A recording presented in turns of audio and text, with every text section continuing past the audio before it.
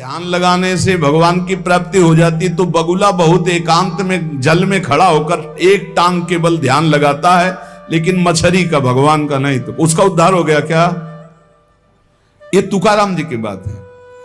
अगर तुम्हें ऐसा भ्रम हो गया हो कि कोई एकांत गुफा हो, घुस जाऊं बस वहां भगवत प्राप्ति हो जाएगी, तो चूहा और सांप रात दिन बिल में रहते, इनको भगवान की प्राप्ति हो गई क्या? तुकाराम जी से जब प्रश्न किया गया कि क्या गृहस्थाश्रम में भगवान की प्राप्ति ऐसे हो जाएगी जो विरक्तों की हो जाएगी? बहुत ध्यान से सुनिए, सिद्ध संत है, वो कह रहे हैं कि पागल मत बनो, भगवान की प्राप्ति भगवान के भजन करने से होती, वो गृहस्थी में भी हो जाएगी। अगर तुमको लगता है कि वन में रहने से भगवान मिल जाते हैं, तो हिरन को मिल जाते, खरगोश को मिल जाते, बाघ को मिल जाते, सब ब्रह्म प्राप्त हो जाते। अगर तुमको लगता है कि एकांत में ध्यान लगाने से मिल जाते, तो बगुला जल में खड़ा होकर एक टांग के बल ध्यान लगाता है, लेकिन मछली आई गट्ट से खाया फिर शांत खड़ा है, बगुला को नहीं मिला। फिर कहते हैं कि एकांत गुफा में घुसने से भगवान मिल जाते, तो चूहा और सांप बिलई में रहते हैं रात दिन, उनको भगवान मिल जाते। तो इसलिए हम तुमसे कह रहे हैं कि ये ची चपड़ की बातें छोड़ो। तुकाराम जी कह रहे घर में विट्ठल का मंदिर बना, घर को ही विट्ठल का मंदिर बनाओ, ठाकुर विराजमान करो, आप सेवक हो जाओ, बढ़िया भोग लगा के पाओ, नाम कीर्तन करो, कथा वार्ता करो, अपने कर्म को भगवान को अर्पित कर दो, भगवान की प्राप्ति हो जाएगी। बहुत सहज है गृहस्थ में भगवत प्राप्ति करना।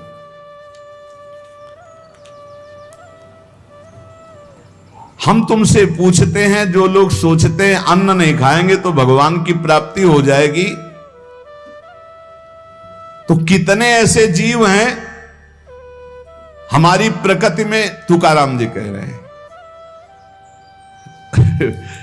ये बड़े महापुरुष हैं, किसी के कहो सांप खाता अन्न, करे क्या धान बकभी, कपट भरा भीतर भरा उदर मल से, करे चूहा भी एकांत गदहा भी भभूत रमावे, तुका जल नक्राले काग ही नहाए कहो। तो क्या अन्न न खाने से भगवान मिल जाएंगे? अगर हां, तो बहुत से पक्षी ऐसे हैं जो केवल फलाहार रहते हैं, बहुत से ऐसे हैं जो घास चर के रहते हैं, ना वो अन्न खाते हैं ना कुछ और, कुछ है फलाहार, कुछ है तृण चरते हैं, कुछ है पानी पी के केवल रहते हैं। भैया केवल पानी से इन सबको भगवत साक्षात्कार हो जाता है क्या? केवल पानी से रह रहे तो भगवत साक्षात्कार हो जाएगा, केवल फलाहार रहे तो उनको भगवत साक्षात्कार हो जाएगा। तुकाराम जी कहते हैं कितने हैं वायु भक्षण करते हैं, केवल वायु पी करके जीते हैं, भीतर कपट भरा है, बाहर ये सब छोड़ रहे हो, कुछ लाभ नहीं मिलना है। चूहा बिल में एकांत में रहता है, भगवत प्राप्ति हो गई। गदहा खूब धूल में ऐसे लौटता, धूल लगाने से तो क्या उसे भगवत प्राप्ति हो गई, महापुरुष है। जल में घड़ियाल रहता है, भगवत प्राप्ति हो गई। कौआ भी जाके गंगा स्नान करता है, जल स्नान, भगवत प्राप्ति हो गई। भैया जब तक भजन नहीं तब तक भगवत प्राप्ति नहीं, बाहरी क्रियाओं से। तुकाराम जी कह रहे हैं तुम्हारे हृदय में बुराई भरी हुई है और बाहर से साधु का भेष बनाए हो, तो तुम्हें भगवत प्राप्ति हो जाएगी। अरे चाहे वायु भक्षण करो, चाहे तुम ध्यान का नाटक करो, चाहे एकांतवास करो, चाहे भस्म लेपन करो, चाहे जल में खड़े हो जाओ, चाहे जितना अनुष्ठान करो, जब तक भजन नहीं करोगे भगवान का, तुम्हारी बुद्धि निर्मल होने वाली नहीं, बाहरी क्रियाओं से कोई लाभ नहीं। तुकाराम जी कह रहे हैं भक्ति मुक्ति दिलाने वाली है समस्त भव बंधनों से।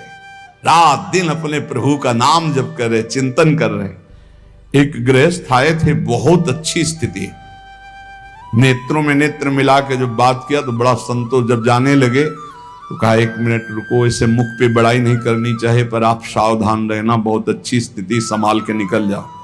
बस उन नेत्रों से ऐसे किया, चुपचाप गंभीर मुद्रा, प्रश्न बहुत जोर का, और स्मरण में बिल्कुल तन्मयता, एक एक चेष्टा उनकी बता रही थी। बहुत बढ़िया बाजी मार ले जाओगे। कोई तुम्हें प्रणाम नहीं करेगा, कोई दान पुण्य नहीं, कोई नमस्कार नहीं, बहुत जल्दी निकल। विरक्त भाव में रात दिन भगवान के भजन में व्यतीत करो, तभी बात बनेगी। केवल इन सब बाहरी बातों का देखो इसीलिए खंडन किया तुकाराम जी ने। जो विरक्त अपनी देह को घृणित समझकर त्याग देता है, देह के राग का, बलमूत्र का भान क्या इसमें, वो महासुख को प्राप्त होता है। इससे ज्यादा प्यार करने की जरूरत नहीं है। जो इस देह से ज्यादा प्यार करते हैं वो सीधे नरक का रास्ता तय कर लेते हैं। बहुत संभल के चलने की जरूरत है। इस देह के राग को मिटाने के लिए ही तो भगवत मार्ग में चले, चाहे गृहस्थ हो चाहे विरक्त। तुम अपना स्वभाव बनाओ आत्म कल्याण के लिए। शरीर को ज्यादा सुख दोगे, ज्यादा सुख भोगोगे तो नरक का रास्ता पुष्ट कर देगा। और शरीर का त्याग भी नहीं करना है कि मतलब, क्योंकि शरीर के बिना भजन नहीं होगा, शरीर के बिना साधना नहीं होगी। तो उचित खिलाओ पिलाओ, उचित विश्राम और खूब भजन और सतमार्ग की चेष्टाओं की। इसको इतना भजन कराओ कि इसका भाव ही नष्ट हो जाए कि मैं शरीर हूं।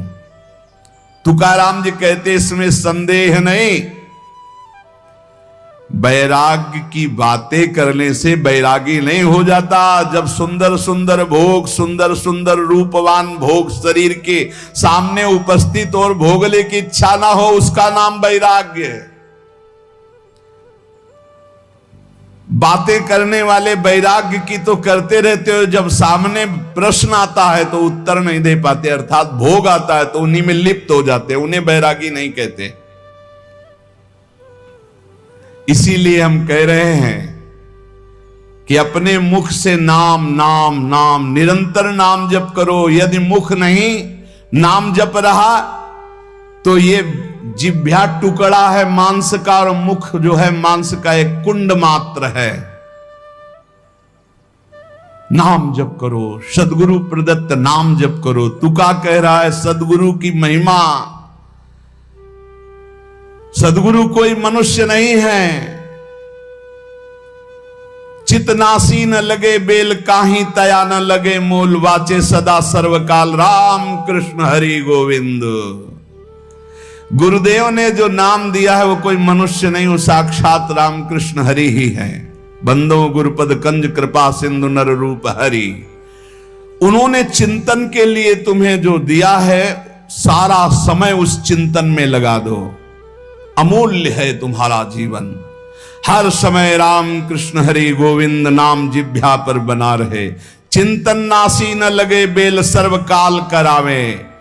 चिंतन के लिए कोई समय नहीं है ऐसा कि हम नहा धो के फिर चिंतन करेंगे। अगर शौचालय में ही मृत्यु हो गई तो हर समय नाम जप, हर समय नाम जप।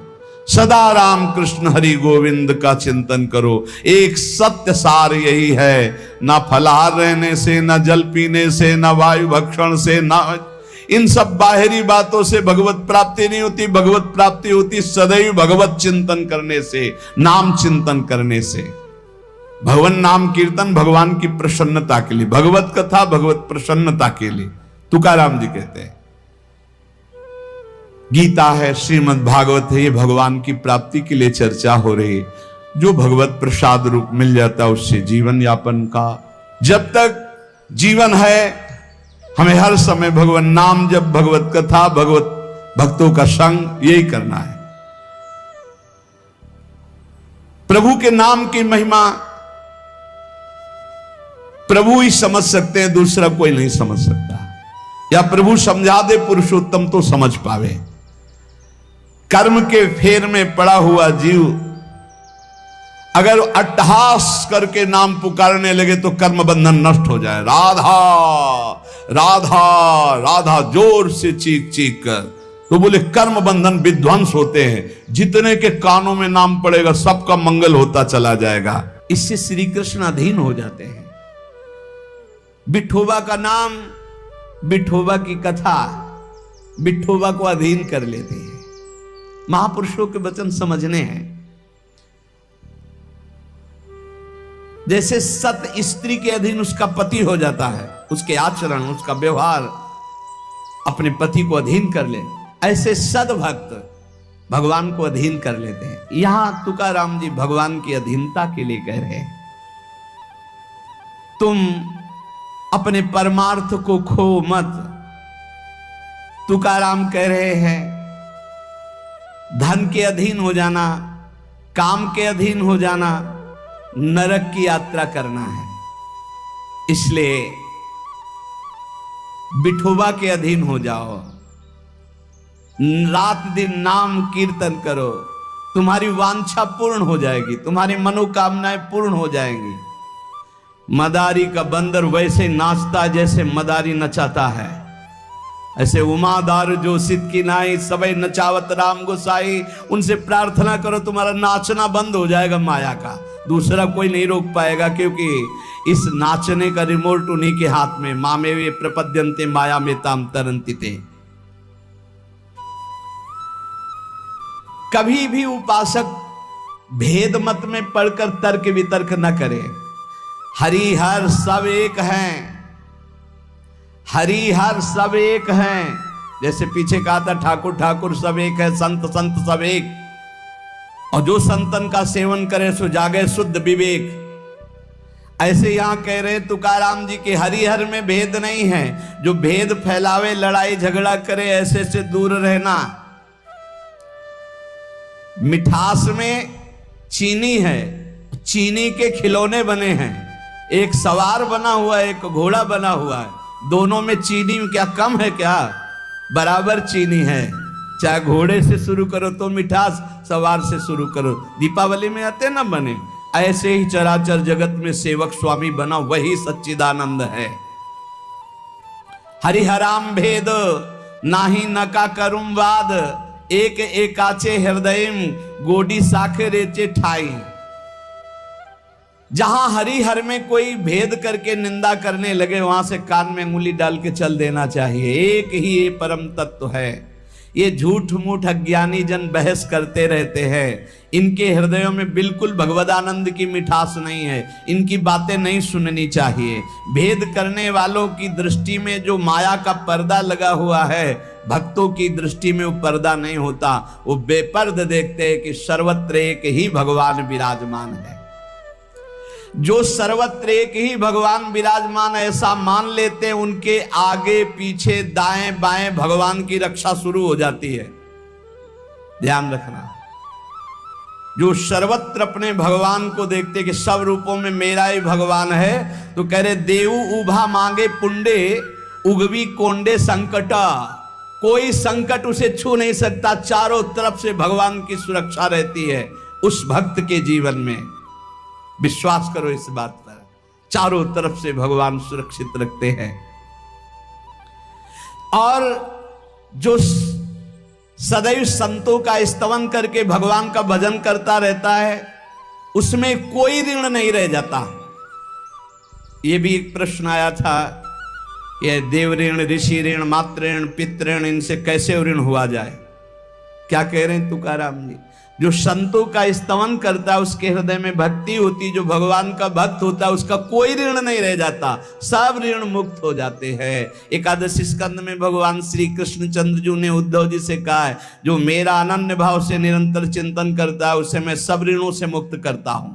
देव ऋण, ऋषि ऋण, पितृ ऋण, मातृ ऋण, इनसे उऋण होने के लिए प्राणपन से श्री हरि के चरणों का चिंतन करो। जैसे जैसे कोई भगवान का ध्यान करता है, भगवान का प्रभाव उसमें उतरने लगता है।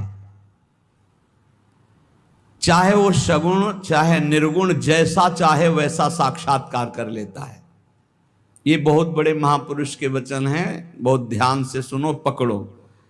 तुम्हें किसी के आगे घिघियाने की जरूरत नहीं, भगवान का स्मरण करने की जरूरत है, भगवान का ध्यान करने की जरूरत है। जैसे जैसे कोई भगवान का ध्यान करता है, तो भगवान के सब सद्गुण उसमें आने लगते हैं। चाहे वो सगुण साक्षात्कार करना चाहे या निर्गुण साक्षात्कार, उसमें योग्यता आ जाती है। ज्ञाने विठ्ठल ब्रह्मो नवे त्वाचे बोलो नाई कावे। महाराष्ट्र भाषा में कहते हैं मेरे तो सर्वस्व ब्रह्म विठ्ठल भगवान है। तुकाराम जी कह रहे हैं अब मुझे किसी की बात सुनने की जरूरत नहीं है कि ब्रह्म कौन है, मेरे तो विठ्ठल ब्रह्म है जो वाणी से अगम्य है। मैं उसकी स्तुति क्या करूं? वेद भी जिसकी नेति नेति कह के चर्चा करते हैं, मैं उसकी क्या चर्चा कर पाऊं? पर मेरी वाणी को नशा हो गया है उनकी चर्चा करने का। आहा, मेरी वाणी को नशा हो गया। बिना उनकी चर्चा किए, बिना कीर्तन किए, बिना गुण गाए हमें चैन नहीं पड़ सकता। कोई ना हो तो ठाकुर जी को श्रोता बना के सुनाने लगो, ऐसा नशा होना चाहिए। सुनो, अपनी चर्चा आप ही सुनो, ठाकुर जी के सामने बैठ जाए और वाणी लेकर उन्हीं की चर्चा उन्हीं को सुनावे। संसारिक आदमी कर्मेंद्रियों से प्रेरित होकर कर्म करता है, वासना से प्रेरित होकर नाना प्रकार के सुख दुख भोगता है। पर हम कायिक, वाचिक, मानसिक केवल अपने विठ्ठल के लिए कर्म करते हैं। ये बात समझो। संसारिक आदमी कर्मेंद्रियां भाग रही भोगों की तरफ, कर्म करता है, पाप या पुण्य, सुख या दुख भोगता है। लेकिन भक्त कायिक, वाचिक, मानसिक अपने प्रभु को सामने रख करके चेष्टा करता है और उसका कोई ठौर ठिकाना प्रभु के सिवा कोई है नहीं। और प्रभु आनंद सिंधु है, वो हर समय आनंद में मस्त रहता है। कहीं किसी और का प्रयोजन नहीं रह गया है। तुकाराम जी कह, सब जगह विठ्ठल तू ही तू मुझे दिखाई दे रहा है।